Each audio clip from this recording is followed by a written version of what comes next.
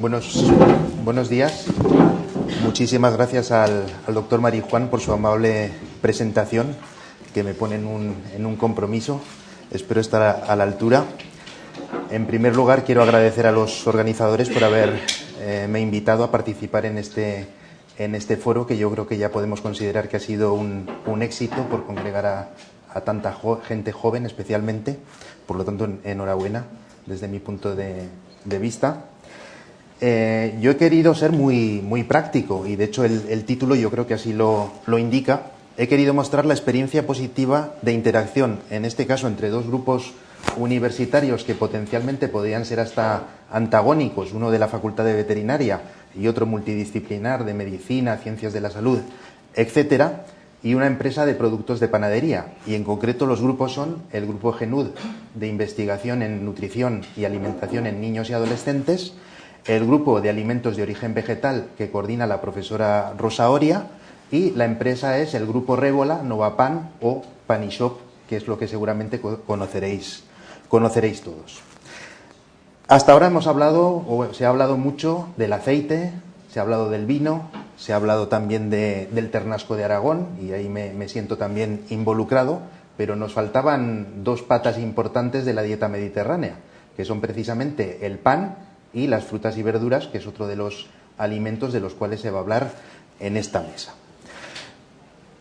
Como experiencia, deciros que desde hace aproximadamente 10 años hemos tenido la oportunidad de colaborar y de participar en varios proyectos europeos, en los cuales en todos ellos ha habido interacción con la industria alimentaria. Entre ellos, por ejemplo, el proyecto Elena o estudio Elena, que de hecho se coordinó para toda Europa desde la Universidad de Zaragoza, el estudio IDEFIX, el estudio Eureka, todos ellos intentando valorar y mejorar la situación nutricional de la población infantil y adolescente. Esto dentro del sexto programa marco, también en el séptimo programa marco, en otros proyectos como son Energy, Toybox y más recientemente iFamily. También como experiencia quiero deciros que como buen aragonés que me considero, soy bastante terco y he intentado siempre que en estos proyectos participaran empresas alimentarias de Aragón. Hasta ahora no lo he conseguido, en estos en concreto, pero no desespero y confío en que en los próximos años podamos incluir alguna industria alimentaria en estas grandes redes de investigación en las cuales pues está produciendo muchísima ciencia relevante para la salud de la población en general y especialmente de la infantil y adolescente. Además de eso, aquí sí que ya empieza nuestra colaboración con distintas empresas alimentarias. Por supuesto que hemos colaborado con el Ternasco de Aragón, hicimos el estudio de intervención en jóvenes. Ese proyecto, igual que otros que ha presentado Marimar, estuvieron financiados por el INIA, y también hemos tenido la oportunidad de participar en dos CENIT, que era un programa muy ambicioso del Centro para el Desarrollo Tecnológico e Industrial.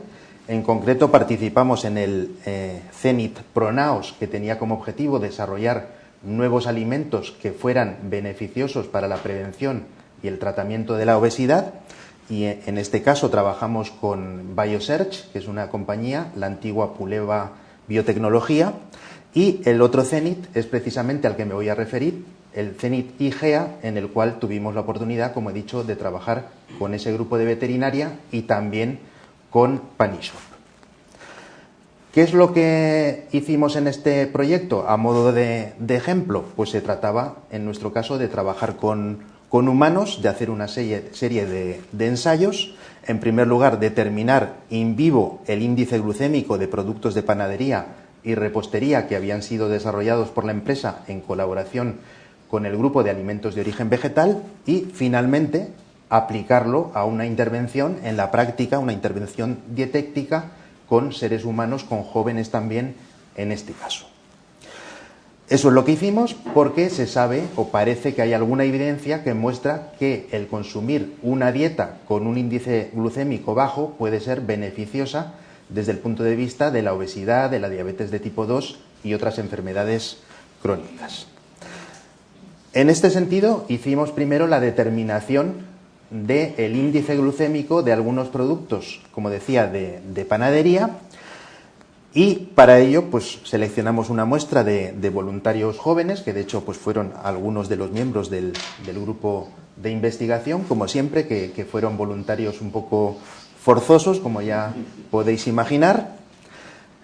Este fue el protocolo que nosotros seguimos. Inicialmente teníamos 3 tipos de panes, un control y 2 panes modificados que supuestamente tenían un índice glucémico bajo, y teníamos también 3 tipos de magdalenas, lo mismo, una control y 2 modificadas. Idealmente, para este tipo de valoraciones, el objetivo es tener 10 sujetos, 10 voluntarios. Conseguimos 9 para los panes y 8 para las magdalenas. Decir entre paréntesis que para conseguir la cantidad de azúcar necesario pues había que consumir en ayunas y solo con agua pues una cantidad bastante significativa de magdalenas que normalmente no las consumimos.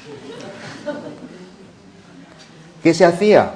Pues se hacía primero hacer una curva de glucemia convencional, y a continuación con cada producto teóricamente teníamos que hacer 2 curvas de glucemia consumiendo cada uno de los productos. Por lo tanto, ya podéis imaginar que eso implicaba una serie de curvas de glucemia, es decir, una serie de mañanas consumiendo azúcar o consumiendo esos productos y prestándose a que en el laboratorio se obtuvieran varias muestras de sangre. Por lo tanto, es algo bastante o relativamente traumático para al final, pues bueno, obtener una información que sí que es necesaria y que creo que es importante para las industrias, sobre todo para justificar potencialmente anuncios o valores añadidos de esos productos.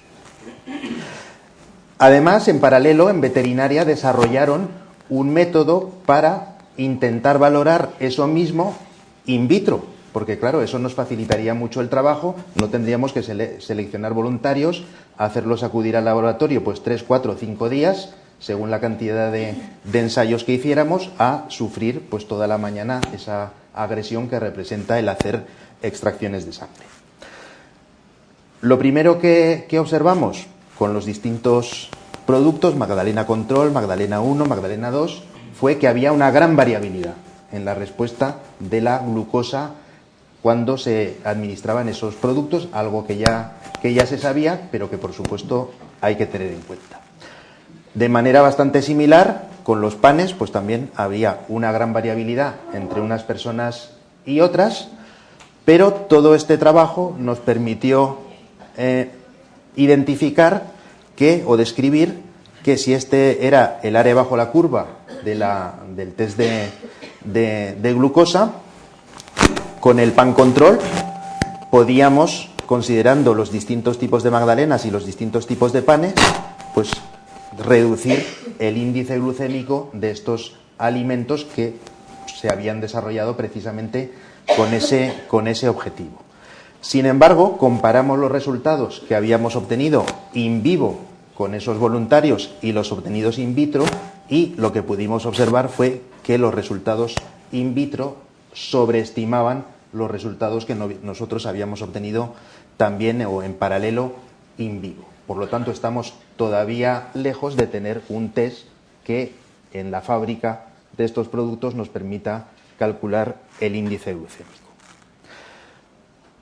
Bueno, las conclusiones es más o menos lo que ya he comentado. Para ganar tiempo vamos a pasar a la segunda parte, que era la intervención dietética, con un protocolo muy similar al que ya ha mostrado Marimar para el estudio del Ternasco de Aragón. También fue un ensayo de intervención cruzado, que tenemos aquí el resumen.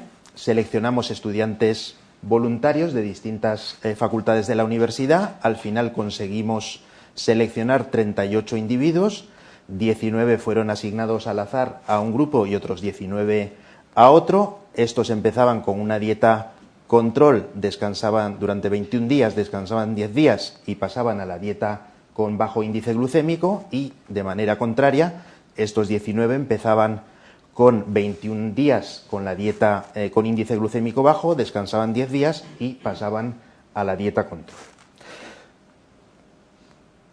Este es el diseño de la dieta. La característica era que en su conjunto la dieta intervención tenía un índice glucémico bajo, y que para conseguir esa dieta nosotros incorporábamos precisamente el pan y la magdalena, en la cual ya habíamos observado que su índice glucémico en humanos in vivo era bajo. Hicimos una serie de valoraciones clínicas, también de su dieta, con unos programas que disponemos desde hace años, valoraciones de tipo bioquímico, hematológico, algunas hormonas también, y en resumen lo que obtuvimos fue que tanto en el grupo control como en el grupo intervención mejoraban algunos parámetros bioquímicos, seguramente porque eran jóvenes, les habíamos introducido en su alimentación un cierto orden que previamente no tenían. Sin embargo, cuando comparábamos el grupo con bajo índice glucémico y el grupo control, no observamos ninguna diferencia significativa. Por esa razón, nuestra conclusión sería que no hemos sido capaces de reproducir, por lo menos con un periodo de intervención relativamente corto en nuestro caso, lo que otros autores sí que han observado a nivel, por ejemplo, del porcentaje de grasa corporal. Sí que podemos decir también, como conclusión general, que este tipo de alimentos se pueden introducir de manera segura dentro de una dieta variada y equilibrada, y yo creo que el principal mensaje es que esto nos ha permitido aportar una serie de conocimientos que, de hecho, la empresa no comercializa exactamente esos productos, pero sí que está utilizando parte de la tecnología y parte de las ideas que se han adquirido con ese proyecto para mejorar algunos productos que, de hecho, pues algunos de vosotros, si compráis en esas tiendas, estáis consumiendo con relativa frecuencia. Para terminar, yo soy muy disciplinado. Me han pedido que presente nuestra oferta tecnológica. Seguramente se deduce un poco de lo que he dicho. Tenemos capacidad para hacer estudios de intervención. De hecho, ya hemos hecho varios, como ya habéis visto, en concreto con alimentos específicos. Además, directamente nosotros hacemos valoraciones pues, de una serie de cosas como la ingesta dietética, la actividad física. Tenemos un laboratorio de composición corporal muy importante y capacidad pues, de procesar muestras para valoraciones específicas en función del tipo de estudio que se realice. Y con esto, pues simplemente daros las gracias por vuestra atención.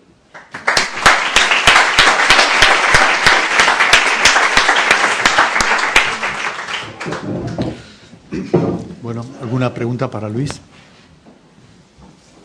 ¿O para el doctor Moreno? Solo comentar ahorita. Llama la atención el cruzar un tiempo muy corto de observación con una población muy sana.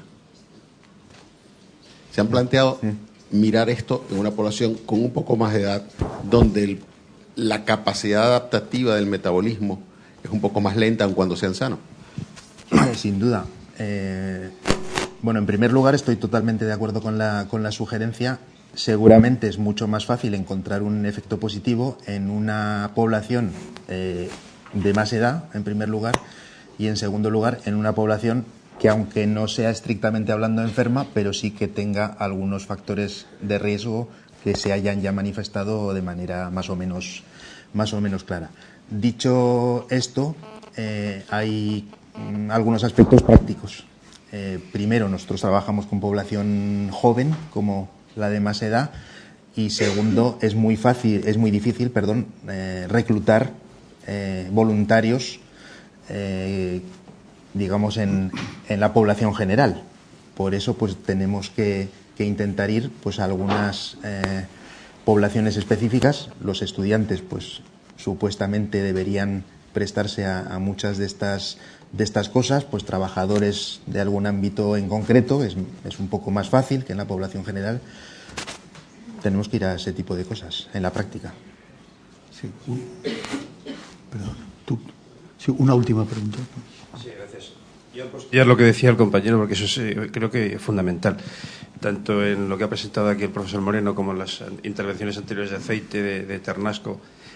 Siempre se están haciendo durante muy poquito tiempo y en gente con todo su metabolismo en orden, por lo menos aparentemente. Eso tiene poco que ver con la aplicabilidad de esos cambios en la dieta o los cambios en los productos de alimentación en gente adulta con trastornos metabólicos, con síndrome metabólico, con obesidad, con una disfunción adipocitaria, muchos ya de ellos, que en los que la repercusión de esos pequeños cambios en el pan, en el aceite, en el cordero, que nos parece pequeña, es una repercusión tremenda. Ese sería el gran salto en el Consejo Dietético. Y que la alimentación no es cuestión de 2 semanas, es cuestión de años de alimentación. Pregunta brevísima. La actividad física, ¿cómo la valoráis ahora vosotros? Porque tenemos un problema en AUS fundamental. Ya no es valorar la actividad física, sino cómo valoraríamos el sedentarismo. ¿Qué propuesta harías tú para valorar, medir sedentarismo? Bueno, ese es un tema que nos interesa mucho, el de la actividad física y el sedentarismo. De hecho, parte del grupo está compuesto por profesores de la Facultad de Educación Física de Huesca. Yo diría que primero debemos considerar, por un lado, la actividad física como gasto energético, y esto con los cuestionarios se valora de manera muy poco precisa. Yo creo que los cuestionarios no nos sirven para eso. Siendo prácticos, nosotros lo que usamos hace ya bastantes años con creo que un buen resultado son los sensores de movimiento o acelerómetros. Es decir, unos aparatitos chiquititos que se pueden poner en un cinturón y que miden los desplazamientos en un plano del espacio o varios planos a lo largo de varios días, que además eso es importante también, tener información de varios días. Eso no quita para que tan importante o más como el gasto energético sea realmente el comportamiento. Entonces el comportamiento sí que lo puedes valorar mediante cuestionarios. Comportamientos relacionados con la actividad física, pues es una opción, y comportamientos sedentarios es otra opción. El problema es que el sedentarismo se valora muy mal con los acelerómetros. Entonces yo creo que tenemos que morir, entre comillas, a los cuestionarios, intentando precisar muy bien el tipo de actividades e intentando diferenciar también entre los días de la semana y los días del fin de semana, porque el patrón es totalmente distinto. Pues muchas gracias. Despedimos al profesor Moreno. Gracias.